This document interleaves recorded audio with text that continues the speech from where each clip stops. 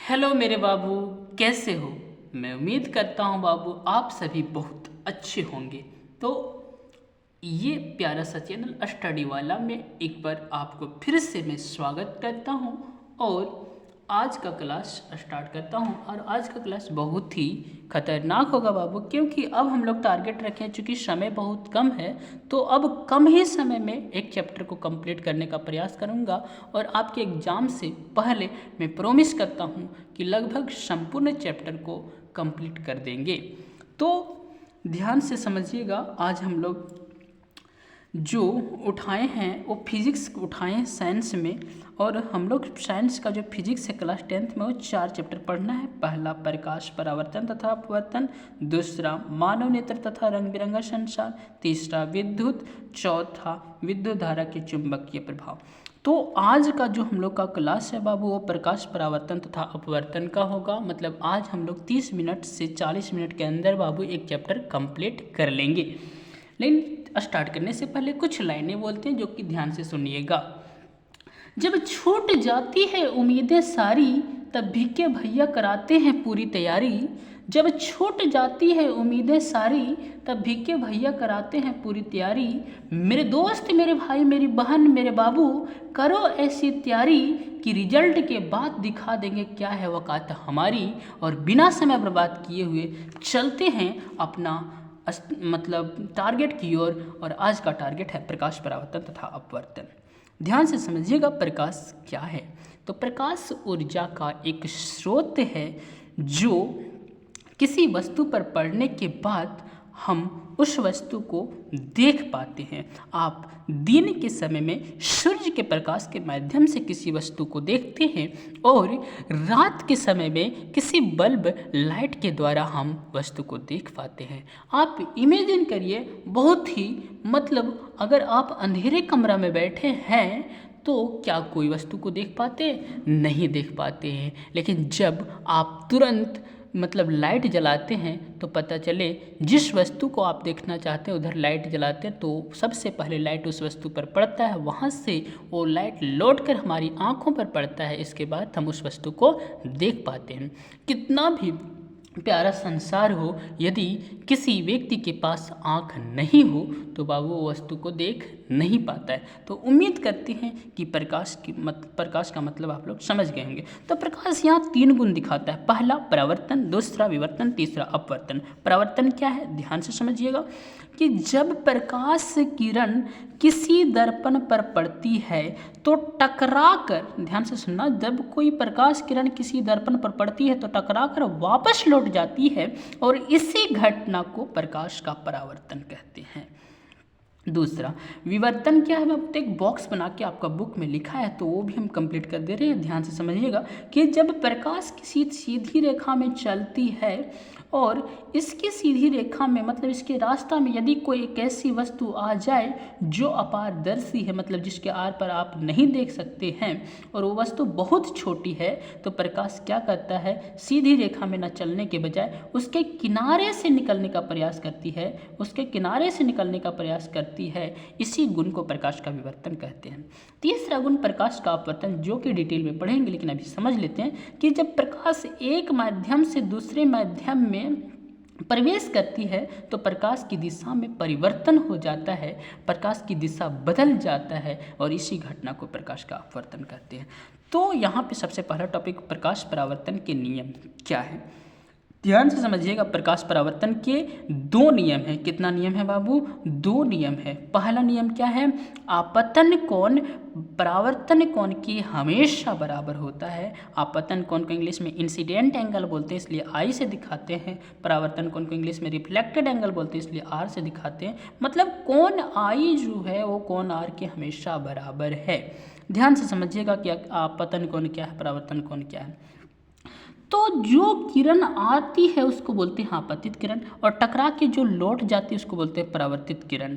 और यही आपतित किरण और परावर्तित किरण के बीच में यदि एक अभिलंब डाल दिया जाए तो यहाँ होता क्या है कि अभिलंब और आपतित किरण के बीच में एक कोण बन जाता है और इस कोण को बोलते हैं आपतन कोण, और आपतन कोण को इंग्लिश में बोलते हैं इंसिडेंट एंगल, डिनोट करते हैं आई से। ठीक, उसी प्रकार अभिलंब और परावर्तित किरण के बीच में, अभिलंब और परावर्तित किरण के बीच में भी एक कोण बनता है, उस कोण को बोलते हैं परावर्तन कोण, और इंग्लिश में बोलते हैं रिफ्लेक्टेड एंगल। तो यहाँ पे जो कोण आई है और कोण आर है, दोनों हमेशा बराबर होगा, पहला नियम। दूसरा, आपतित किरण, अभिलंब, परावर्तित किरण सभी एक ही तल में होते हैं, एक ही बिंदु में होते हैं। ध्यान से समझिएगा, ये आपतित किरण है, ये परावर्तित किरण है, और ये अभिलंब, तीनों जो है ना बाबू वो एक ही बिंदु में होते हैं, एक ही तल में होते हैं। अब दूसरा, समतल दर्पण, एक भी पॉइंट नहीं छोड़ रहे बाबू, आपका बुक का हर एक उस पॉइंट को क्लियर कर रहे हैं, मतलब एक भी लाइन नहीं छूट रहा है। मतलब आपका एक ना तो ऑब्जेक्टिव क्वेश्चन छूटेगा ना तो सब्जेक्टिव क्वेश्चन छूटेगा। मैं प्रॉमिस करता हूँ कि अगर आप इस लेक्चर को देख रहे होंगे ना तो एक भी क्वेश्चन नहीं छूटेगा। बस आपका एक ही फर्ज है कि इसको ध्यान से सुने, कोई एकदम दिमाग में प्रेशर ना लेके, बस शांत दिमाग में बैठकर इस लेक्चर को ध्यान से सुने और देखने का प्रयास करें। अब कोई बोलेगा सर फोटो तो नहीं दिख रहा है, थोड़ा सा बाबू प्रॉब्लम है रिसोर्सेज का भी, इसीलिए मैं कोशिश किया हूँ कि हर एक उस पॉइंट को क्लियर किया हूँ, हर एक उस टॉपिक जहाँ तक संभव हो सके उस संसाधन को जुटाने का भी प्रयास किया हूँ। यहाँ जो समझाने में ज़रूरत होगा, हर वो किताब एनसीईआरटी का बुक कट उठ करके हम सब यहाँ पे मतलब आपको समझाने का प्रयास करूँगा, बस ध्यान से समझना है। तो समतल दर्पण द्वारा बना प्रतिबिंब, जब कोई भी प्रतिबिंब समतल दर्पण के द्वारा बनता है तो उसका क्या क्या विशेषता है। पहला विशेषता, हमेशा जो है वो प्रतिबिंब आभासी बनेगा और सीधा बनेगा। दूसरा विशेषता, प्रतिबिंब का जो आकार है और बिंब का आकार दोनों बराबर होगा। मतलब यदि आप बिंब इतना बड़ा लिए हैं ना बाबू, तो प्रतिबिंब भी इतना ही बड़ा बनेगा। मतलब आप जितना बड़ा वस्तु लिए हैं उसका इमेज भी उतना ही बड़ा बनेगा। पता चले आप वस्तु बड़ा ले लिए तो समतल दर्पण में उसका प्रतिबिंब भी बड़ा बनेगा। मतलब आप वस्तु को जितना बड़ा लीजिएगा प्रतिबिंब उतना ही बड़ा बनेगा। अगला, प्रतिबिंब दर्पण के पीछे उतनी ही दूरी पर बनता जितनी दूरी पर दर्पण के सामने बिंब रखा होता है। मान के चलो कि ये दर्पण है, मानने में क्या जाता है बाबू, मानने का कोई तो मतलब चलो कैटरीना कैफ को, ऐश्वर्या राय को भी अपना मान लेता है ना, तो चलो कोई बात नहीं, हम लोग थोड़ा बहुत मान लेते मैथ का स्टूडेंट है तो जरूर मान लेंगे। तो मान लेते हैं कि ये दर्पण है, ये जो पेन है बाबू आप इसको जो देख रहे हैं वो दर्पण है, और इसके सामने इतना दूर पे हम वस्तु को रखे हैं, तो इधर से जितना दूरी पर ये वस्तु है इसका प्रतिबिंब भी उतना ही दूरी पर इधर बनेगा। मतलब आप जितना दूर पे वस्तु को रखिएगा प्रतिबिंब उतना दूरी पर ही बनेगा। अगर आप इधर दूरी बढ़ाइएगा तो प्रतिबिंब का दूरी भी इधर बढ़ेगा। अब कोई बोलेगा ये लाल हो, मतलब दूसरा कलर ब्लू कलर, तो इस पे मत जाइएगा बाबू ना, कलर पे। अगला, प्रतिबिंब का जो पार्श्व है वो परिवर्तित हो जाता है, मतलब बदल जाता है। मतलब जो इमेज बनता है उसका जो लेटरल साइड है वो बदल जाता है, मतलब दायां बायां तरफ दिखेगा और बायां दायां तरफ दिखेगा। अगला टॉपिक है बाबू गोलीय दर्पण। सबसे पहले समझते हैं गोलीय दर्पण क्या है। तो ऐसे दर्पण जिनका परावर्तक सतह गोलीय है उसे गोलीय दर्पण कहते हैं। गोलीय दर्पण बाबू दो प्रकार का होता है, अवतल दर्पण, उत्तल दर्पण। अवतल दर्पण क्या है बाबू, ऐसे गोलीय दर्पण जिनका परावर्तक सतह अंदर की ओर वक्रित है उसे अवतल दर्पण कहते हैं। यदि आप कभी भूल जाइएगा किसी जमाने में तो याद रखिएगा, आ से अवतल, या से अंदर, या से अवतल, या से अंदर। मतलब अवतल दर्पण का परावर्तक सतह किधर होगा, अंदर की ओर होगा। मान लेते हैं बाबू ये दर्पण अवतल है, तो अवतल दर्पण में एक पॉइंट याद रखिएगा कि परावर्तक सतह अंदर की ओर होता है और बाहर की ओर क्या होता है, पॉलिश किया हुआ होता है। बाहर की ओर क्या होता है, पॉलिश किया हुआ सतह होता है। ठीक उसी प्रकार उत्तल दर्पण, ऐसे गोलीय दर्पण जिनका परावर्तक सतह बाहर की ओर, किधर बाबू, बाहर की ओर वक्रित हो उसे उत्तल दर्पण कहते हैं। अब ध्यान देना, ये मान लेते हैं उत्तल दर्पण, तो इसका परावर्तक सतह जो है ना वो बाहर की ओर होगा, इधर बाहर की ओर होगा, और अंदर की ओर क्या होगा बाबू, पॉलिश किया हुआ होगा। मतलब अंदर की ओर जो सतह है वो पॉलिश किया होगा और परावर्तक सतह बाहर की ओर होगा। अब अगला पॉइंट समझिएगा बाबू कि जब हम लोग दर्पण पढ़ते हैं तो इस दर्पण के अंदर बहुत सारे छोटे छोटे टर्म और शब्द समझना जरूरी हो जाता है, जिसमें से पहला पॉइंट है ध्रुव। लेकिन ये सभी समझने से पहले हम एक दर्पण के माध्यम से समझाना चाहेंगे कि आखिर ये क्या होता है। आप इस पिक्चर को देखिएगा बाबू, ध्यान से देखिएगा इस पिक्चर को। यहाँ पे जो ऊपर में बना है पहला पिक्चर, ये अवतल दर्पण है। अभी कुछ ही देर पहले बोले थे कि अवतल दर्पण का परावर्तक सतह किधर है, अंदर की ओर है, और बाहर की ओर क्या होता है, पॉलिश किया होता है। उत्तल दर्पण का परावर्तक सतह क्या है, बाहर की ओर है, अंदर की ओर क्या होता है, पॉलिश किया हुआ होता है। आप ध्यान से देखिए, कैसे देखिए बाबू, ध्यान से। और ध्यान से जब देखिएगा तो पता चले यहाँ पे एक पी दिख रहा है, तो पी को इंग्लिश में पोल बोलते हैं, और पोल मतलब होता है ध्रुव। फिर आप और ध्यान से देखिएगा तो पता चले एफ दिख रहा है। सर नहीं दिख रहा है, ये बाबू ध्यान से देखना, एफ दिखेगा। मैं उम्मीद करता हूँ यहाँ पे सब पॉइंट मिला है, यहाँ पे एफ दिख रहा होगा, ठीक। और नहीं दिख रहा है तो कोई बात नहीं, आप अपना बुक में देख सकते हैं बाबू। एफ, एफ मतलब होता है फोकस, ठीक। और ये और ध्यान से देखिएगा तो यहाँ सी दिखेगा, सी मतलब सेंटर ऑफ कर्वेचर, मतलब वक्रता केंद्र। तो वक्रता केंद्र हो गया, वक्रता त्रिज्या हो गया, वक्रता फोकस हो गया, ध्रुव हो गया। और यहाँ जो एम से एन जो देख रहे हैं ना बाबू, इसको द्वारक बोलते हैं। तो ये सब पॉइंट के बारे में थोड़ा हम लोग बहुत ही संक्षिप्त में, बहुत ही डिटेल में, मतलब तुरंत जल्दी समझने का प्रयास करेंगे। तो सबसे पहले ध्रुव क्या है समझिएगा कि गोलीय दर्पण के परावर्तक सतह के जो केंद्र होते हैं, केंद्र को क्या बोलते हैं, दर्पण का ध्रुव कहते हैं। ध्रुव को इंग्लिश में पोल बोलते हैं, इसलिए पी से दिखाते हैं, वक्रता त्रिज्या। गोलीय दर्पण का परावर्तक सतह जिस गोले का भाग है उसकी त्रिज्या दर्पण की वक्रता त्रिज्या कहलाती है। इंग्लिश में बोलते हैं रेडियस ऑफ कर्वेचर, इसलिए आर से दिखाते हैं। अगला वक्रता केंद्र, गोलीय दर्पण का परावर्तक सतह एक गोले का भाग है, इस गोले का केंद्र गोलीय दर्पण का वक्रता केंद्र कहलाता है। ध्यान देना बाबू कि गोलीय दर्पण का जो परावर्तक सतह है एक गोले का भाग है, इस गोले का केंद्र गोलीय दर्पण का वक्रता केंद्र कहलाता है। इंग्लिश में बोलते हैं सेंटर ऑफ कर्वेचर, इसलिए सी से दिखाते हैं। अब अगला पॉइंट समझिएगा बाबू, कृपया ध्यान दें, गिव मी अटेंशन प्लीज।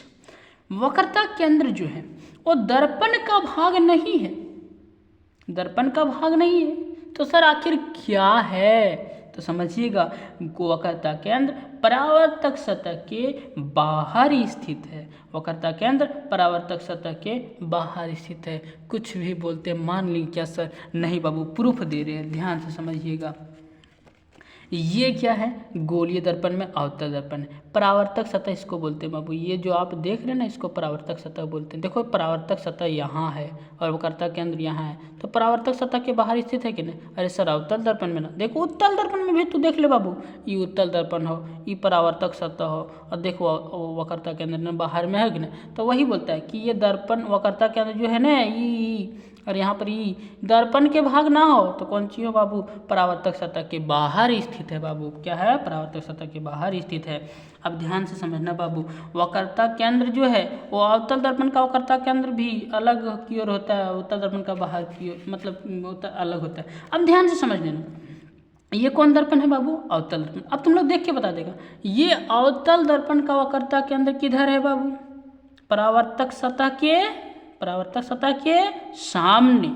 देखो यहाँ ये अवतल दर्पण है, इसका वक्रता केंद्र यहाँ है, परावर्तक सतह ये है, इसके सामने है कि नहीं, जी हाँ सर। अब देखो उत्तल दर्पण ही हो, उत्तल दर्पण का परावर्तक सतह ये है कि नहीं बाबू, यानी परावर्तक सतह है कि नहीं।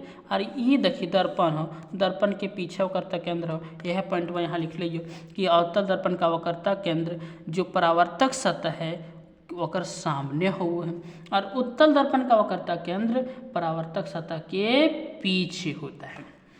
अगला पॉइंट मुख्य अक्ष क्या है बाबू, तो गोलीय दर्पण के ध्रुव तथा वक्रता त्रिज्या से गुजरने वाली एक सीधी रेखा, कैसी रेखा बाबू, सीधी रेखा को दर्पण का मुख्य अक्ष कहते हैं। आप ध्यान से देखना बाबू, ये गोलीय दर्पण है, इसका जो ध्रुव ये है और ध्रुव ये वक्रता केंद्र मतलब यहाँ से यहाँ तक वक्रता त्रिज्या, इधर से ये जो सीधी रेखा गया ना बाबू, इस सीधी रेखा यहाँ भी देखो, ये जो सीधी रेखा गया इसको मुख्य अक्ष बोलते हैं।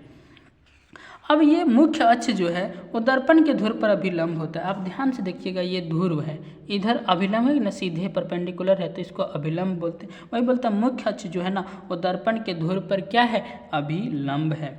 अगला पॉइंट देखिएगा, द्वारक। द्वारक किसको बोलते हैं, तो गोलीय दर्पण के परावर्तक सतह की वृत्ताकार सीमा रेखा का व्यास दर्पण का द्वारक कहलाता है। आप संक्षिप्त में समझिएगा बाबू, ये जो पिक्चर आप देख रहे हैं ना, तो यहाँ से MN जो है, MN मतलब ये जो दूरी आप देख रहे हैं गोलीय दर्पण, किसी को द्वारक बोलते हैं। यहाँ भी MN जो दिख रहे हैं उसको द्वारक बोलते हैं।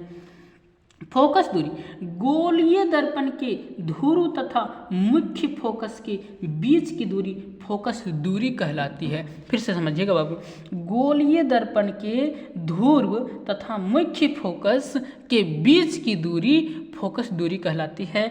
इंग्लिश में F के द्वारा डिनोट करते हैं, फोकल लेंथ बोलते हैं बाबू। आप ध्यान से समझिएगा, ये क्या है ध्रुव, ये क्या है फोकस, तो ध्रुव से फोकस के बीच की दूरी फोकस दूरी कहलाती है। ये क्या है ध्रुव, ये क्या है फोकस, ध्रुव से फोकस के बीच की दूरी फोकस दूरी कहलाती है। अब फोकस दूरी अवतल दर्पण में अलग होता है, उत्तल दर्पण में अलग होता है, तो वो भी समझ लेते हैं क्या है।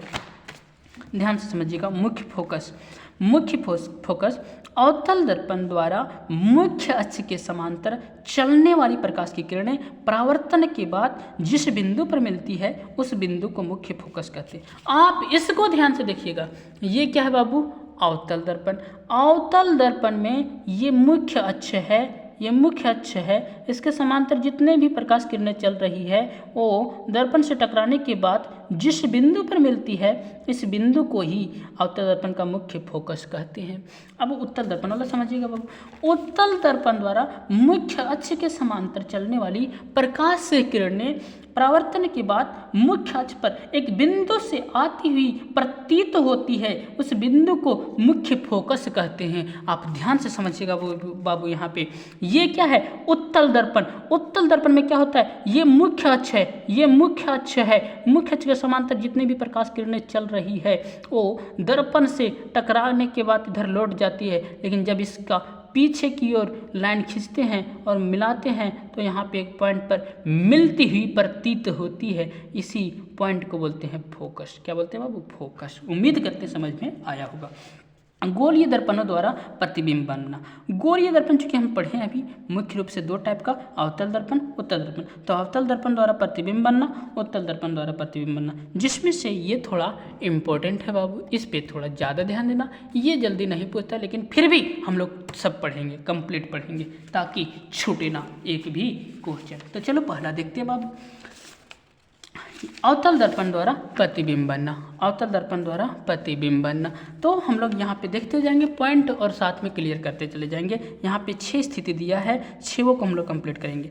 सबसे पहले यहाँ लिखा है बाबू बिंब की स्थिति। ध्यान से देखना बाबू, बिंब की स्थिति, फिर प्रतिबिंब की स्थिति। बिंब मतलब वस्तु की स्थिति, मतलब वस्तु आप कहाँ रखे हैं, फिर वस्तु आप कहाँ रखे हैं तो इसका प्रतिबिंब कहाँ बना, फिर प्रतिबिंब का साइज, प्रतिबिंब जो बना वो कितना आकार का बना, कितना बड़ा बना, फिर प्रतिबिंब की आकी प्रकृति, मतलब वो किरण बना, उल्टा बना कि सीधा बना, वास्तविक बना कि आभासी बना, तो सब डिटेल में समझेंगे। प्रतिबिंब की प्रकृति में कोई टेंशन नहीं, इसको बाद में करा देंगे, पहले हम लोग इतना तीनों करने का प्रयास करेंगे। यदि वस्तु अनंत पर रखा हो प्रतिबिंब फोकस पर बनेगा, अत्यधिक छोटा मतलब बहुत छोटा, किस तरह, बिंदु आकार का। चलो देख लेते हैं, ये है अवतल दर्पण, ठीक। यहाँ पे हम लोग प्रतिबिंब रखे हैं, मतलब अनंत पर दिख रहा है बाबू, उम्मीद करेंगे दिख रहा होगा बाबू। ये वस्तु जो है वो अनंत पर है, यहाँ से बहुत सारी प्रकाश किरणें निकलती है, लेकिन उतना हम लोग नहीं दिखाएंगे। एक मुख्य अक्ष को दिखा देंगे और एक मतलब 2 किरण और दिखाएंगे, तो एक यहाँ से निकल के जा रही है, दर्पण से टकरा के फोकस पर मिल रही है, फिर नीचे से भी प्रकाश किरण जा रही है, यहाँ से टकरा के दर्पण के फोकस पर मिल रही है। मतलब जब आप वस्तु को अनंत पर रखेंगे तो उसका प्रतिबिंब कहाँ पे बनेगा, फोकस। आप ध्यान से देखिए कितना छोटा बना, बिंदु के आकार का बना बाबू, बिंदु के आकार का बना है, ठीक। अब अगला देखिएगा, जब वस्तु को सी से परे रखते हैं, सी मतलब वक्रता केंद्र, अभी बताएं बाबू, सेंटर ऑफ कर्वेचर, सी से परे, जहाँ भी शब्द लिखा रहे परे, परे मतलब होता है बाहर, मतलब सी से जब बाहर रखते हैं ना बाबू वस्तु को, तो उसका प्रतिबिंब फोकस तथा वक्रता केंद्र के बीच बनता है बाबू, और छोटा बनता है बाबू। अब ध्यान से समझना बाबू, यहाँ पे वक्रता केंद्र सी है, बाहर में वस्तु रखे हैं ए बी, इसका प्रतिबिंब यहाँ पे देखो वक्रता केंद्र और फोकस के बीच बन रहा है, वक्रता केंद्र और फोकस के बीच बन रहा है। आप यहाँ पे देखिए बाबू, कहाँ ये वस्तु कितना बड़ा हो और अगर प्रतिबिंब कितना छोट बनल हो, ठीक, तो मतलब अगर प्रतिबिंब जो है वो छोटा बनता है, वस्तु यहाँ इतना बड़ा है, प्रतिबिंब छोटा है, ककर ककर बीच में बाबू, वक्रता केंद्र और फोकस के बीच में। और ध्यान से देखना बाबू, प्रतिबिंब में ये रंग हो तो ये उल्टा, मतलब उल्टा बना है। अगला, जब वस्तु को वक्रता केंद्र पर रखेंगे, मतलब सी पर रख भी बाबू, वक्रता केंद्र पर सी पर रखेगा तो कहाँ बनेगा, प्रतिबिंबो सी ए पर बनता, बराबर आकार के बनता बाबू, वास्तविक तथा उल्टा बनता। अब ध्यान से देखना, ये अवतल दर्पण है, यहाँ पे ए बी वस्तु है, इसका प्रतिबिंब यहीं देखो, ये वक्रता केंद्र है ना बाबू, यहीं पर नीचे दोनों प्रतिबिंब बनल है, लेकिन वस्तु देखिए यहाँ सीधा रख ली, प्रतिबिंब की रंग बनल है, उल्टा बनल है बाबू, की रंग बनल है, उल्टा बनल, मतलब वक्रता केंद्र पर रख भी तो प्रतिबिंब वक्रते केंद्र पर बन, तो समझ ली बाबू। अगला पॉइंट देखना बाबू, कि जब वस्तु हम लोग वक्रता केंद्र और फोकस के बीच रखें, कहाँ पे बाबू, वक्रता केंद्र और फोकस के बीच रखेंगे तो प्रतिबिंब कहाँ बनेगा, वक्रता केंद्र से बाहर बनेगा, कहाँ बनेगा बाबू, वक्रता केंद्र से बाहर बनेगा, और कैसा बनेगा, विवर्धित बड़ा बनेगा, और कैसा, प्रकृति वास्तविक तथा उल्टा। अब ध्यान से देखना बाबू, यहाँ पे इसको समझ ले रहे हैं कि ये वक्रता केंद्र है, वक्रता केंद्र और ये फोकस के बीच में हम लोग वस्तु रखे हैं, इसका प्रतिबिंब वक्रता केंद्र से बाहर बना, वस्तु छोटा है लेकिन प्रतिबिंब बड़ा बना। अगला देखिएगा बाबू, कि जब फोकस पर रखेंगे अनंत पर बनेगा, बहुत बड़ा बनेगा, वास्तविक उल्टा बनेगा। देख लेते हैं बाबू, यहाँ पे फोकस पर वस्तु को रखे हैं, इसका प्रतिबिंब कहाँ, अनंत पर, यानी कहने में तो पता हो ना, अनंत पर बनता बाबू, अनंत पर बनता, ठीक, और कि रंग बनेगा, वास्तविक तथा उल्टा बनेगा, बहुत बड़ा बना, देखिए वस्तु यहाँ इतने छोटा, पता चले बहुत बड़ा बना। अगला, ये सबसे इंपॉर्टेंट, जब ध्रुव तथा फोकस के बीच रखें, ध्रुव तथा फोकस के बीच रखें, दर्पण के पीछे प्रतिबिंब बनता, बड़ा बनता, और कि रंग बनता, आभासी तथा सीधा, एकदम यही आभासी तथा सीधा। जितना भी प्रकृति हम लोग पढ़ें सब वास्तविक एवं उल्टा है, लेकिन ये जो लास्ट में पढ़े हैं, ध्रुव तथा जब फोकस के बीच रखेंगे तो दर्पण के पीछे बनेगा प्रतिबिंब, बड़ा बनेगा, आभासी तथा सीधा बनेगा। चेक कर लेते सर, यहाँ पे ध्यान देना, ये दर्पण है, यहाँ पे वस्तु रखे हैं का, ये ध्रुव है, ये फोकस के बीच में वस्तु रखे हैं, इसका प्रतिबिंब देखो, दर्पण यहाँ है, दर्पण के पीछे बनल है बाबू, वस्तु इतने छोटा हो, ये पता चलो कर से बड़ा बनल हो, ठीक। उम्मीद करते हैं यहाँ तक समझ में आया होगा। हम चलते हैं, पढ़ेंगे उत्तल दर्पण द्वारा प्रतिबिंब बनना। दो प्रतिबिंब बाबू, ये बहुत छोटा है, चलो यहाँ पे सबसे पहले वस्तु को कहाँ रखेंगे, अनंत पर, अनंत पर रख भी तो कहाँ बनता प्रतिबिंब, फोकस पर बनता, और कहाँ, दर्पण के पीछे बनता, बहुत छोटा बनता बाबू, बिंदु के आकार के बनता, लेकिन यहाँ पर ध्यान रखें प्रतिबिंब की प्रकृति उत्तल दर्पण में हमेशा कहीं भी रख, आभासी तथा सीधा बनता। देख ले सर, यहाँ पर चेक करके, अनंत पर हो, कहाँ पर प्रतिबिंब बनल है बाबू, फोकस पर बनल है, देख यानी मिले भी डॉट डॉट करके यहाँ फोकस पर मिलता, बिंदु से करके बनता बाबू। फिर दूसरा, अनंत तथा दर्पण के ध्रुव के बीच रख, देखिए ये अनंत हो गलो, और ये ध्रुव हो ना, ध्रुव के बीच यहाँ रखेंगे, अनंत मान लिया न हो, और ध्रुव यहाँ के बीच रखेगा बाबू वस्तु, तो इसका प्रतिबिंब कहाँ बनेगा, ध्रुव तथा फोकस के बीच बनेगा, मतलब ये ध्रुव है, ये फोकस है, इसके बीच बनेगा, देखो यहाँ, लेकिन देखिए वस्तु कितना बड़ा रख लें, कितनी छोटा बनल, मतलब बहुत छोटा बनता, मतलब छोटा बनता बाबू, ठीक। अगर मतलब बिंदु आकार में, अगर हम तो कुछ देखा बन तो ये बहुत छोटा और ये छोटा। उम्मीद करता हूँ बाबू समझ में आया होगा। और प्रतिबिंब की प्रकृति आभासी तथा सीधा। अब एक पॉइंट ये वाला इंपॉर्टेंट, जो कि ऑब्जेक्टिव पॉइंट से बहुत इंपॉर्टेंट है, पुस्तक की छोटे द्वारा के गोलीय दर्पणों के लिए वक्रता त्रिज्या और फोकस दूरी में क्या संबंध है। कभी कभी ऑब्जेक्टिव डायरेक्ट बन जाता, कभी कभी न्यूमेरिकल आ जाता बाबू, तो ध्यान से समझना। वक्रता त्रिज्या जो है, जरा आर बोलते हैं, वो फोकस दूरी के 2 गुना है बाबू। फोकस दूरी एफ से दिखाते हैं, आर बराबर 2f एक सूत्र होता है, एकदम दिल में बैठा लेना बाबू, भूल जाना है उसको सनम, लेकिन इसको याद रखना है, चाहे कुछ भी हो जाए, जमाना बदल क्यों ना जाए, लेकिन नंबर खूब लाना है। फोकस दूरी जो है एफ, बराबर हो करता त्रिज्या की आधी, मतलब ये है चीज बाबू। यहाँ जैसे एफ बराबर थोड़ा निकाल करता तो आर, और ये 2 नीचे चलिए तो यहाँ गुना में तो नीचे आ जाए तो भागा, मतलब एक चीज रखना, आर बराबर 2f, और यहाँ से निकाल भी एफ बराबर r/2 बस। तो सेंटेंस में अगर लिखा आ जाता बाबू तो याद रखें वक्रता त्रिज्या जो फोकस दूरी से दुगुना है। अगर फोकस दूरी बराबर पूछते तो वक्रता त्रिज्या की आधी है। उम्मीद करता हूँ समझ में आया कि बाबू दर्पणों का उपयोग समझते हैं बाबू, दर्पणों का उपयोग क्या है और कैसे है समझेंगे। तो दोनों दर्पण का उपयोग, अवतल दर्पण का, उत्तल दर्पण का। अवतल दर्पण का उपयोग पहले समझ लेते हैं। अवतल दर्पण कहाँ कहाँ लगा होता है बाबू?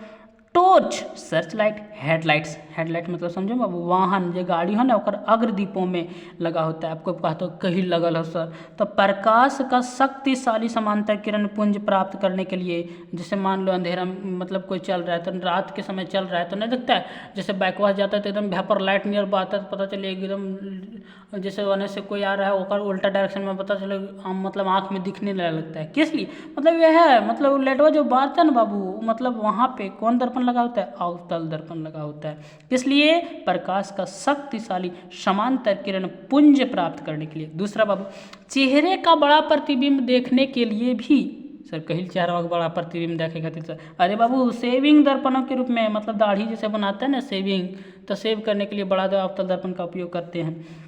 अब दंत विशेषज्ञ मतलब जो डॉक्टर बन दांता वाला जो डॉक्टर हो वह अवतल दर्पण के उपयोग करो बाबू। कहिल बाबू मरीजों के दांत, जैसे मान लो पेशेंट हो और दांत में कुछ प्रॉब्लम हो अंदर, तो वह बड़ा प्रतिबिंब देखने के लिए, मरीजों के दांतों का बड़ा प्रतिबिंब देखने के लिए भी अवतल दर्पण का उपयोग किया जाता है। सौर भट्टियों में भी अवतल दर्पण का उपयोग किया जाता है। आपको कहा था कहिल सर, तो समझ ले बाबू सूर्य के प्रकाश जो वो है ओकरा एक बिंदु पर केंद्रित करने के लिए भी उपयोग किया जाता है सौर भट्टी में। उम्मीद करता हूँ बाबू समझ में आएगा। बहुत थोड़ा मतलब फास्ट चल रहे बाबू, जबकि पता चले अगर इसको क्लास मिले तो 8 से 9-10 क्लास तक मतलब लग जाता है, मतलब 10 घंटा लग जाता है इसको पढ़ाने में, और अभी मतलब हम बहुत जल्दी कंप्लीट कराना चाह रहे हैं। उत्तल दर्पण, उत्तल दर्पण वाहनों के पक्ष दृश्य दर्पण के रूप में, ए बाबू इंग्लिश में बोलो ये साइड मिरर के रूप में एकरा प्रयोग करल जाए है। वो ककर उत्तल दर्पण के कहिल बाबू वाहनों के साइड में क्यों लगा होता है आखिर, तो ध्यान से समझिएगा।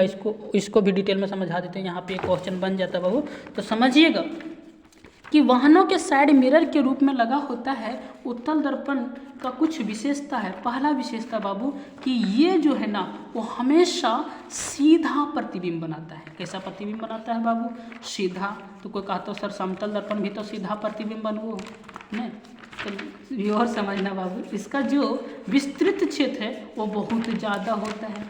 तीसरा मतलब यहाँ से एक पॉइंट समझा दे रहे हैं, इसको ध्यान से समझना बाबू। देखना यहाँ पे कि उत्तल दर्पणों का उपयोग प्रायः वाहनों के पश्च दृश्य दर्पणों के रूप में किया जाता है। ये दर्पण वाहन के पार्श्व मतलब साइड में लगाए जाते हैं। क्यों? इनमें ड्राइवर जो है, ड्राइवर हो ने अपने पीछे के वाहनों को, वो सब पर मत जाना बाबू अभी एग्जाम है, इनमें ड्राइवर अपने पीछे के वाहनों को देख सकते हैं जिससे वे सुरक्षित रूप से वाहन चला सके। उत्तल दर्पणों का उपयोग इसलिए भी प्राथमिकता दी जाती है क्योंकि ये सदैव सीधा प्रतिबिंब दी जाती है, मतलब सीधा प्रतिबिंब बनाता है। वह छोटा होता है, बोले ना छोटा होता है। इन दर्पणों का दृष्टि क्षेत्र भी बहुत अधिक होता है क्योंकि ये बाहर की तरफ वक्रित है। समतल दर्पण की अपेक्षा उत्तल दर्पण ड्राइवर को अपने पीछे के बहुत बड़े क्षेत्र को देखने में समर्थ बनाते हैं। उम्मीद करता हूँ समझ में आएगा। एक बार फिर से शॉर्ट में समझाते हैं कि जो उत्तल दर्पण है वो हमेशा किसी भी वस्तु का प्रतिबिंब छोटा और सीधा बनाता है। दूसरी बात, इसका जो विस्तृत क्षेत्र है वो भी बहुत ज़्यादा होता है। इससे ड्राइवर के फायदा क्यों बाबू कि जैसे मान ले ड्राइवर वो गाड़ियाँ चला करो, आप पता चलो पीछे देने से एकदम बड़का ट्रकवा आप करो, तो वो जो उत्तल दर्पण है ने वो पता चले वो ट्रकवा के भी छोटा प्रतिबिंब दिखा के वहाँ शीशा में दिखा देता, ड्राइवर वो अपने साइड दे देता, तो पता चलो फास्ट में आप ठोक के चल जीतो ने। तो ये फायदा है बाबू, बहुत फायदा है। अगला पॉइंट, गोलीय दर्पणों द्वारा परावर्तन के लिए चिन्ह परिपाटी। एकदम ध्यान से समझना बाबू, नंबर कलम हम काम करते हो तो इसको भी समझाने का प्रयास करूंगा बाबू। सबसे पहले की लिखल हो गोली मान, यहाँ पर ये हो बाबू, पूरा ध्यान से इस पॉइंट को समझना। मान लेते हैं कि ये गोलीय दर्पण है। क्या है? गोलीय दर्पण है। गोलीय दर्पण इधर वाला साइड, जैसे यहाँ MNEG हो बाबू गोलीय दर्पण, इसका इधर वाला साइड बोलते हैं बायां, तो है ना सर दायां। अब 4 पॉइंट है, ध्यान से समझना। वस्तु मतलब बिंब हमेशा दर्पण के बाईं ओर रखा जाता है, मतलब वस्तु को किधर रखेंगे? हमेशा बायां ओर रखते हैं। मतलब सर अगर क्यों दर्पण पर जे बिंब हो, दर्पण पर जे बिंब हो वो बिंब जे आएगा प्रकाश बाईं ओर से आपतित होता है। मेरा कहने का मतलब ये है कि ये दर्पण है, यहाँ पे वस्तु है, प्रकाश हमेशा इधर से आएगा, बाईं ओर से जाएगा। ठीक, पहला पॉइंट। दूसरा पॉइंट, मुख्य अक्ष के समांतर सभी दूरियां दर्पणों के धुरी से मापी जाती है। ये हो गया आप जो बाबू यहाँ एक्स डैश से एक्स देख रहे हैं, हाँ अभी वो एक्स एक्स ना, वो एक्स वाई ना, वो बायोलॉजी में पढ़ाएंगे जीव जन्म कैसे करते हैं। अभी ये फिजिक्स में समझो कि यहाँ पे एक्स डैश से एक्स जो देख रहे हैं ना बाबू, वो क्या है, मुख्य अक्ष है। तो मुख्य अक्ष के समांतर सभी दूरियां, मतलब ये मुख्य अक्ष के समांतर ऊपर की ओर, नीचे की ओर, आगे पीछे सभी दूरियां जो है वो दर्पण के धुरी से मापी जाती है। यहाँ से बाबू ये पोल से यहाँ से नापल जा। तीसरा पॉइंट, मूल बिंदु के दाईं ओर, मूल बिंदु के दाईं ओर जो दूरियां हैं वो धनात्मक और बाईं ओर जो दूरियां हैं ऋणात्मक। मतलब बाबू ये मान लेते हैं गोलीय दर्पण, इसका ये मूल बिंदु है, तो इधर दाईं ओर की जितनी भी दूरियां हैं सब प्लस में लिया जाएगा, लेकिन बाईं ओर की सभी दूरियां माइनस में। अगला पॉइंट, मुख्य अक्ष के लंबवत तथा ऊपर की ओर जितनी भी दूरियां हैं वो धनात्मक लिया जाता है। मतलब ऊपर की ओर की जो दूरियां हैं ऊंचाई वाला वो प्लस लिया जाता है, लेकिन मुख्य अक्ष के लंबवत तथा नीचे की ओर वाली सभी दूरियां माइनस लिया जाता है। मतलब यहाँ कुछ नहीं समझना है, ये गोलीय दर्पण है, इधर बायां एंड दायां। अब बोलता है कि बाईं ओर की जितनी भी दूरियां होगा माइनस, दाईं ओर की दूरियां प्लस, ऊपर की ओर जितनी भी दूरियां होगा प्लस, नीचे की ओर सभी दूरियां माइनस। उम्मीद करता हूँ बाबू समझ में आया होगा। अगला, दर्पण सूत्र तथा आवर्धन। अभी इसको समझने से पहले कुछ हम लोग बात समझते हैं। गोलीय दर्पण में क्या होता है, धुर जकरा पी बोलते हैं बाबू। पी से वस्तु की जो दूरी है ओकरा बिंब दूरी बोलते हैं, वस्तु दूरी भी बोलते हैं, यू से दिखाते हैं बाबू। ध्रुव से प्रतिबिंब की जो दूरी है ओकरा प्रतिबिंब दूरी बोलते हैं बाबू, उसको भी से दिखाते हैं। ध्रुव से मुख्य फोकस की दूरी को फोकस दूरी बोलते हैं बाबू, एफ से दिखाते हैं। मतलब स्मॉल यू स्मॉल भी स्मॉल एफ। ये यू भी तथा एफ के बीच में बहुत ही प्यारा संबंध है बाबू। इसी संबंध को प्यारा सूत्र से जानते हैं जिसको बोलते हैं दर्पण सूत्र। याद रखिएगा कि 1/v प्लस 1/u बराबर 1/f। याद रखिएगा बाबू 1/v प्लस 1/u बराबर f। इस प्लस पे ध्यान दीजिएगा, दर्पण में होता है v और u के बीच में प्लस। आवर्धन क्या है, आवर्धन ध्यान से समझिएगा, प्रतिबिंब की ऊंचाई और वस्तु की ऊंचाई के अनुपात को आवर्धन कहते हैं। प्रतिबिंब की ऊंचाई और वस्तु की ऊंचाई के अनुपात को आवर्धन कहते हैं। इंग्लिश में मैग्निफिकेशन बोलते हैं बाबू, इसलिए स्मॉल m से दिखाते हैं। m बराबर प्रतिबिंब की ऊंचाई मान लेते हैं h डैश से होगा और बटे बिंब की ऊंचाई मतलब h होगा। अब ये जो आवर्धन है बड़ी खतरनाक हो बाबू। क्या है बाबू, आवर्धन बहुत खतरनाक है। और अब ये प्रतिबिंब और बिंब से तो संबंधित है, ये पता चले कि ये जो u तथा v से भी संबंध रखो, तो यहाँ इसलिए सूत्र बन जा कि m बराबर जो होता है h डैश बटे h बराबर माइनस v बाई यू। बाबू यहाँ पे जरूर ध्यान देना बाबू कि v बाई यू और यहाँ पे शुरू में माइनस देना है। माइनस क्या देना बाबू, माइनस। दर्पण में क्या होता है, माइनस। लेकिन एक पढ़ेंगे लेंस में, ध्यान से दिख रहा है बाबू, उम्मीद करता हूँ दिख रहा है कि आवर्धन u तथा v से भी संबंधित है। m बराबर h डैश पे h, ये प्रतिबिंब की ऊंचाई बटे बिंब की ऊंचाई बराबर प्रतिबिंब दूरी बटे वस्तु दूरी, और यहाँ पे माइनस देना बाबू, माइनस जरूर देना। दर्पण सूत्र में माइनस दिया जाता है, दर्पण सूत्र में जो आवर्धन पढ़ते हैं वहाँ पे माइनस, और एक जगह और पढ़ेंगे लेंस में भी आवर्धन पढ़ेंगे, वहाँ पे प्लस होगा। ये जो m है वो माइनस में भी आ जाता है, प्लस में भी आ जाता है। ध्यान देना, माइनस में आता है तो सर क्या बताता है, सर माइनस में जब आता है ना तो प्रतिबिंब वास्तविक बनता है, लेकिन जब प्लस में आता है तो बाबू प्रतिबिंब आभासी बनता है। एक पार्ट खत्म हो गया। उम्मीद करता हूँ बहुत अच्छा से समझ में आया होगा। चलो तुरंत स्टार्ट करते हैं नेक्स्ट पार्ट, प्रकाश का अपवर्तन, जो कि हम समझा चुके हैं, फिर से पढ़ लें। जब प्रकाश किरण एक माध्यम से दूसरे माध्यम में प्रवेश करता है तो प्रकाश के संचरण की दिशा में परिवर्तन होता है, इस घटना को प्रकाश का अपवर्तन कहते हैं बाबू, प्रकाश का अपवर्तन कहते हैं, रिफ्रैक्शन ऑफ लाइट बोलते हैं। प्रकाश अपवर्तन के भी नियम होते हैं। हाँ सर, प्रकाश परावर्तन के 2 नियम, तो ये भी कम थोड़े रहेगा सनम, अगर तू आगे तो हम भी पीछे जरूर आएंगे। तो प्रकाश अपवर्तन के भी 2 नियम हैं। चलो 2 नियम समझते हैं बाबू। पहला, आपतित किरण, ध्यान से समझना बाबू, दिख रहा है उम्मीद करता हूँ दिख रहा होगा बाबू।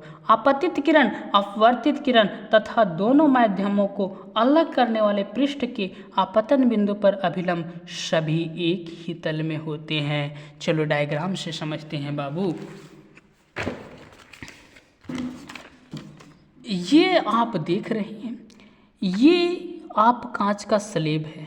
कांच जो है दिख रहा है बाबू, हाँ, ये कांच का स्लेब। कांच एक माध्यम है और यहाँ पे जो वायु है वो भी एक माध्यम है। मतलब यहाँ पर हो क्या रहा है, प्रकाश जो है वो वायु मतलब हवा एक माध्यम से कांच वाला माध्यम में जा रहा है। तो यहाँ से जो आ रहा है उसको बोलते हैं आपतित किरण, जो आ रहा है उसको बोलते हैं बाबू आपतित किरण। और जब यहाँ कांच में इधर मतलब पास हुआ इसको बोलते हैं अपवर्तित किरण।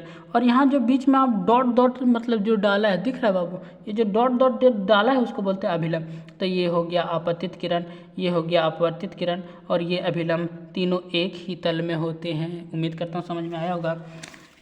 दूसरा, प्रकाश के किसी निश्चित रंग तथा निश्चित माध्यमों के युग्म के लिए आपतन कोण की ज्या तथा अपवर्तन कोण की ज्या का अनुपात स्थिर होता है। ध्यान से समझना बाबू। प्रकाश के किसी निश्चित रंग तथा निश्चित माध्यमों के युग्म के लिए आपतन कोण की ज्या तथा अपवर्तन कोण की ज्या का अनुपात क्या होता है, स्थिर होता है, मतलब कांस्टेंट होता है। और इस नियम को एक प्यारा सा नाम से जानते हैं, स्नेल का अपवर्तन का नियम भी कहते हैं। यहाँ पे क्या होता है बाबू, जो कोण है ना, कौन सा कोण सर, आपतन कोण 0 डिग्री से तो बड़ा होता है बाबू, लेकिन 90 डिग्री से छोटा होना चाहिए, तभी ये नियम सत्य है। यदि आई आपतन कोण हो, आर अपवर्तन कोण हो, तब क्या होगा, साइन आई बटे साइन आर बराबर स्थिरांक होगा। इस स्थिरांक के मान को दूसरे माध्यम का पहले माध्यम के सापेक्ष अपवर्तनांक कहते हैं। उम्मीद करता हूँ बाबू ये नियम समझ में आया होगा। अगला पॉइंट देखना सर, अब बार बार अपवर्तनांक बोलना, आखिर ये क्या है, ध्यान से समझना। अच्छा ये नियम इसको डायग्राम में दिखा देते हैं बाबू। जो आपतन कोण है, यहाँ पे आपतित किरण, ध्यान देना, आपतित किरण और ये अभिलंब के बीच में जो कोण बना उसको बोलते हैं आपतन कोण। अब ध्यान देना, ये आपतित किरण और ये अभिलंब के बीच में जो आर बना उसको बोलते हैं क्या, अपवर्तन कोण। तो वही यहाँ लिखा है बाबू, आपतन कोण की ज्या और अपवर्तन कोण की ज्या का अनुपात क्या होता है, स्थिरांक होता है। अपवर्तनांक, अपवर्तनांक क्या है, तो किसी पारदर्शी माध्यम का अपवर्तनांक प्रकाश की निर्वात में चाल तथा प्रकाश की माध्यम में चाल का अनुपात होता है। मतलब प्रकाश की निर्वात में चाल और प्रकाश की माध्यम में चाल का अनुपात ही क्या है, अपवर्तनांक है। इसको ग्रीक अक्षर मी के द्वारा दिखाया जाता है बाबू।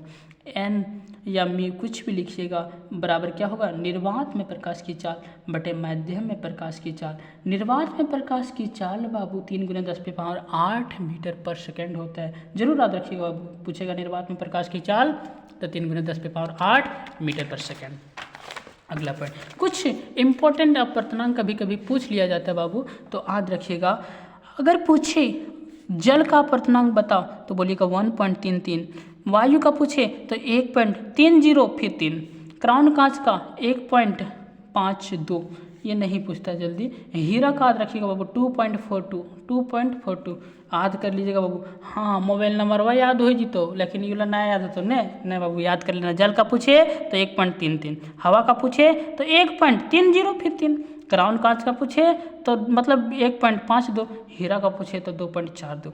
सर आखिर इसका मतलब क्या होता है, तो एक समझाते हैं बाबू। जल का जैसे 1.33 है, इसका मतलब क्या होता है पता है, वायु में प्रकाश का वेग बटे जल में प्रकाश का वेग का अनुपात जो होगा वो 1.33 होगा। चलो समझते लेंस क्या है। तो लेंस जो है 2 पृष्ठों से घिरा हुआ कोई पारदर्शी माध्यम जिसका एक या दोनों पृष्ठ गोलीय है, लेंस कहलाता है।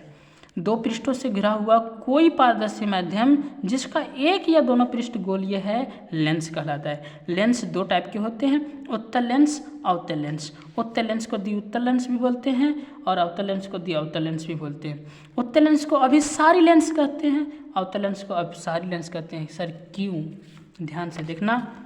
ये उत्तल लेंस है। जितने भी प्रकाश किरण जा रहा है मुख्य अक्ष के समांतर सब मतलब लेंस से गुजरने के बाद सब एक बिंदु पर मुड़ते हुए कन्वर्स सिकुड़ते हुए एक बिंदु पर मिलती है, इसलिए अभिसारी बोलते हैं। लेकिन अवतल लेंस में क्या होता है, जितने भी प्रकाश किरण जाती है वो मुख्य अक्ष के समांतर जाती है, लेकिन यहाँ लेंस से अब मतलब फैलते हुए जाती है, तो फैलते हुए जाता है इसलिए अपसारी बोलते हैं, और एक जगह पे मिलता है इसलिए अभिसारी बोलते हैं।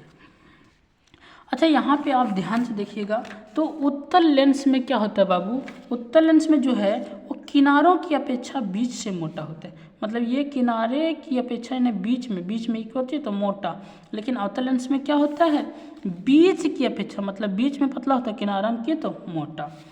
किसी लेंस में, कोई भी लेंस हो चाहे उत्तल चाहे अवतल, दो गोलीय पृष्ठ होते हैं बाबू, कितना, दो, तो वक्रता केंद्र भी कितना, दो, नाम C1 C2, और फिर फोकस भी कितना, दो, F1 F2। उम्मीद करता हूँ समझ में। लेंसों द्वारा प्रतिबिंब बनना, लेंसों द्वारा प्रतिबिंब बनना, दो लेंस, उत्तल लेंस और अवतल लेंस। चलो समझ लेते हैं बाबू बहुत ही जल्द। उत्तल लेंस द्वारा प्रतिबिंब बनना, सबसे पहले क्या पढ़ेंगे बाबू, उत्तल लेंस द्वारा प्रतिबिंब बनना। 6 प्रतिबिंब है बाबू, बहुत ही प्यार से हम लोग इसको भी कंप्लीट कर लेंगे।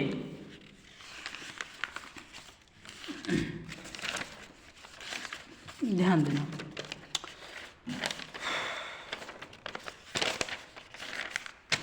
यदि हम वस्तु को कहाँ रखेंगे, वही जिस तरह दर्पण में पढ़ें, वस्तु को कहाँ रखेंगे, उसका प्रतिबिंब कहाँ बनेगा, आकार कैसा रहेगा, प्रकृति कैसा रहेगा। प्रकृति तो ध्यान से देखना बाबू अपनी प्यार भरी नजरों से, सब में वास्तविक तथा उल्टा है, वास्तविक तथा उल्टा, वास्तविक तथा उल्टा, वास्तविक तथा उल्टा, लास्ट वाला छोड़ के लास्ट में क्या, आभासी तथा सीधा। अब ध्यान से देखना बाबू, वस्तु को यदि अनंत पर रखिएगा तो उत्तल लेंस में उसका प्रतिबिंब फोकस F2 पर बनेगा, बहुत ही छोटा बनेगा बाबू, बिंदु आकार का, वास्तविक तथा उल्टा बनेगा। चलो देख लेते हैं सर, ये है उत्तल लेंस। वस्तु को कहाँ रखें पता नहीं, अरे सर अनंत पर रखे हैं। अब ध्यान से देखना, लेंस से पास होने के बाद सब कहाँ मिल रहा है, F2 फोकस पर मिल रहा है, बिंदु के आकार दिख रहा है, बहुत छोटा दिख रहा है। अगला पॉइंट देखिएगा, जब वस्तु को 2F1 से परे मतलब अभी बतलिए बाबू, परे मतलब बाहर, 2F1 से बाहर रख भी तो F2 तथा 2F2 के बीच बनता, छोटा बनता, वास्तविक तथा उल्टा। देख ली यहाँ बाबू, ये क्या है, ध्यान से देखते जाना बाबू, ये 2F1 है, वस्तु को 2F1 से बाहर रखे हैं, प्रतिबिंब कहाँ बना, F2 और 2F2 के बीच बना बाबू, छोटा बना, वस्तु जितना है उससे छोटा बना। अगला देखना बाबू, वस्तु को 2F1 पर रखेंगे तो प्रतिबिंब भी 2F2 पर बनेगा, बराबर आकार का बनेगा बाबू, लेकिन वास्तविक तथा उल्टा बनेगा। देखिए यहाँ वस्तु 2F1 पर हो, प्रतिबिंब 2F2 पर बन लो, जितना बड़ा वस्तु हो उतना बड़ा प्रतिबिंब बन लो। अगला देखना बाबू, F1 तथा 2F1 के बीच रखेंगे, ये बाबू यहाँ फोकस नीचे आएगा, यहाँ पे आपका बुक में थोड़ा गलती दिया है कि यहीं पे लिख दिया है, जो कि यहाँ नहीं होगा।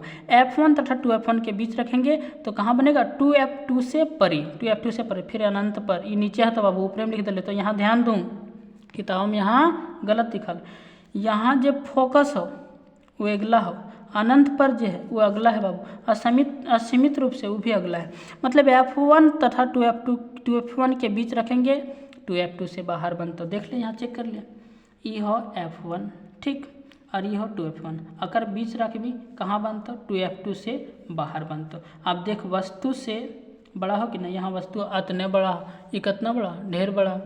अगला देखना बाबू, ये सीधा तो उल्टा हो, फिर F1 मतलब फोकस F1 पर रखेंगे बाबू, फोकस F1 पर रखेंगे, फोकस तक यहाँ लिखा लो, फोकस F1 पर रखेंगे, कहाँ बनेगा, अनंत पर बनेगा, कहाँ बनेगा, अनंत पर। देख लिया, फोकस F1 हो, प्रतिबिंब मैंने अनंत पर बनता।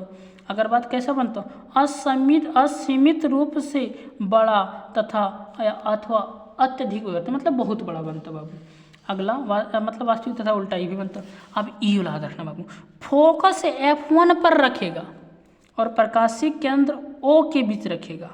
O मतलब होता है ऑप्टिकल सेंटर इंग्लिश में, इसलिए प्रकाशीय केंद्र O के बीच जब रखेंगे तो जिस ओर बिंब है लेंस के उसी ओर, मतलब जन्य वस्तु रख लें बाबू, प्रतिबिंब भी वन्य बनता लेकिन बड़ा बनता और आभासी तथा सीधा बनता। देख ले बाबू, यहाँ पर ही वस्तु रख लें ने, प्रतिबिंब एन्हे बनब करो, अगर ये इतना बड़ा है ये अकर से बड़ा बनब करो, ये मतलब सीधा बनो, आभासी बनो। ठीक, उम्मीद करता हूँ बाबू समझ में आया होगा। अच्छा, प्रकाशीय केंद्र के बारे में समझ लेना। कि लेंस के जो केंद्र में सेंटर में होता है उसको प्रकाशीय केंद्र बोलते हैं, और इससे कोई भी किरण आराम से गुजर सकती है बिना विचलन हुए। उम्मीद करता हूँ बाबू समझ में आया होगा। अगला पॉइंट समझना बाबू, अवतल लेंस के द्वारा प्रतिबिंब का बनना। अवतल लेंस के द्वारा जो प्रतिबिंब बनता है वो दो ही प्रतिबिंब है, जो छोटा है तुरंत समझ लीजिएगा।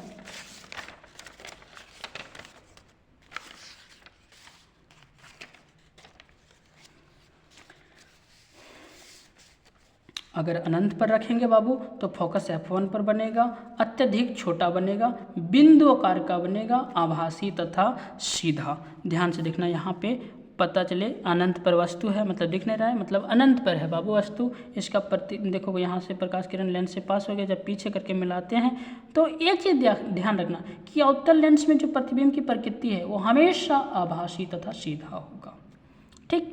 और पीछे जब मिलता है सीधा बनता है। फोकस F1 देखो यहाँ F1 पर बना है, अत्यधिक छोटा, बहुत छोटा, बिंदु आकार के बाबू। अगला पॉइंट, जब अनंत तथा लेंस के प्रकाशीय केंद्र O के बीच रखते हैं, मान लेते हैं अनंत है, ये लेंस का प्रकाशीय केंद्र है, इसके बीच जब वस्तु को रखते हैं तो इसका प्रतिबिंब कहाँ बनता है बाबू? ध्यान से देखना, यहाँ A B आप वस्तु रखे हैं जो कि मान लेते हैं कि अनंत और प्रकाशीय केंद्र के बीच में है, तो इसका प्रतिबिंब ध्यान से देखना, यहाँ पे फोकस F1 और प्रकाशीय केंद्र O के बीच में बना है, जो कि वस्तु से बहुत छोटा बना है और आभासी तथा सीधा होगा। उम्मीद करता हूँ समझ में आया होगा बाबू।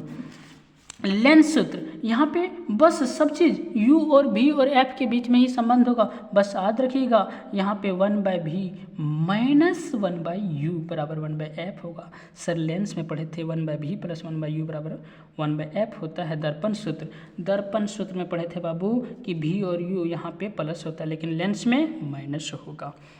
आवर्धन बराबर, आवर्धन को m से दिखाते हैं बाबू, प्रतिबिंब की ऊंचाई बटे बिंब की ऊंचाई। अब यहाँ पे याद रखिएगा बाबू, दर्पण में क्या पढ़े थे कि -V/U, लेकिन यहाँ पे V/U होगा बाबू। क्या होगा? V/U। अब एक टॉपिक जो कि बहुत इंपॉर्टेंट, लेंस की क्षमता, पावर ऑफ लेंस बोलते हैं। क्या है? किसी लेंस द्वारा प्रकाश किरणों का अभिसरण या अपसरण करने की मात्रा को लेंस की क्षमता के रूप में व्यक्त किया जाता है। किसी लेंस द्वारा प्रकाश किरणों का अभिसरण या अपसरण करने की मात्रा, डिग्री को लेंस की क्षमता के रूप में व्यक्त किया जाता है। इंग्लिश में पावर ऑफ लेंस बोलते हैं, इसलिए P से दिखाते हैं। इसका मात्रक जरूर याद रखिएगा बाबू, डायोप्टर होता है। डायोप्टर को कैपिटल D से दिखाते हैं। किसी लेंस की क्षमता उसकी फोकस दूरी का व्युत्क्रम होती है, मतलब उल्टा होता है बाबू, इन्वर्सली प्रोपोर्शनल होता है। हम लिख सकते हैं P बराबर 1/F। F को फोकस दूरी बोलते हैं बाबू, जो कि हमेशा मीटर में फोकस दूरी कंडीशन रखता है। मतलब ये जो लेंस की क्षमता है वो बोलता है हम डायोप्टर में तभी रहेंगे जब मेरा फोकस दूरी किस में रहेगा? मीटर में रहेगा। एक डायोप्टर कभी कभी पूछ देता है बाबू कि क्या होता है, याद रखिएगा, एक डायोप्टर उस लेंस की क्षमता है, किस लेंस की? उस लेंस की क्षमता है जिसकी फोकस दूरी कितना हो? 1 मीटर हो। आप लिख सकते हैं P बराबर 1/F होता है, तो यहाँ पे आप लिखिएगा, मान लेते हैं कि P के जगह पे आप एक डायोप्टर लिखिएगा बाबू, तो यहाँ पे एक फोकस दूरी कितना? 1 मीटर। अब नीचे से ऊपर जाता है ना, तो m जो है यहाँ प्लस है, ऊपर जाएगा तो माइनस हो जाएगा, इसलिए एक डायोप्टर बराबर 1m-1 लिख सकते हैं बाबू। अब ध्यान से देखना, लेंस की क्षमता जो P है वो कभी प्लस में भी आ जाता है, कभी माइनस में आ जाता है। तो सर ये प्लस माइनस क्या बताता है? याद रखिएगा, यदि प्लस में आया है तो लेंस कैसा है? उत्तल। लेकिन यदि माइनस में आया है तो लेंस कैसा है? अवतल। उम्मीद करता हूँ बाबू ये यहाँ तक बात आपको समझ में आया होगा। बहुत ही मतलब रात हो गया बाबू, अभी टाइम तो दिख नहीं रहा, हम देख के बताते हैं कि कितना टाइम हो चुका है। तो अभी हमको लगता है ये रात का वीडियो अपलोड हो रहा है, दिख नहीं रहा बाबू, मोबाइल से ही कर रहे हैं, लेकिन हमको लगता है 11:30-12 बजे बनाने बैठे हैं बाबू, तो बहुत रात हो गया। लेकिन बहुत हम शॉर्ट में बनाना चाह रहे थे, लेकिन फिर भी थोड़ा टाइम लगा, चूँकि बहुत ही डिटेल में हम लोग कवर करने का प्रयास किए हैं। कहाँ 8 से 10 घंटा का क्लास चलता है और यहाँ 50 मिनट में कंप्लीट लगभग हो गया। तो उम्मीद करता हूँ बाबू अच्छा लगा होगा, और यदि अच्छा लगा होगा तो आप लाइक कमेंट शेयर ज़रूर करिएगा बाबू। मैं उम्मीद करता हूँ बहुत अच्छा लगा होगा। थैंक यू, जय हिंद। और आपका वीडियो रेगुलर मतलब प्रयास करूँगा जाते रहेगा। थोड़ा दिक्कत हो गया था इसलिए आपका वीडियो नहीं जा रहा था, और आप पूरा मन से तैयारी करिएगा बाबू, चूँकि फोड़ देना है रिजल्ट अपना और दिखा देना है अपना सपना किसको, पड़ोसी को।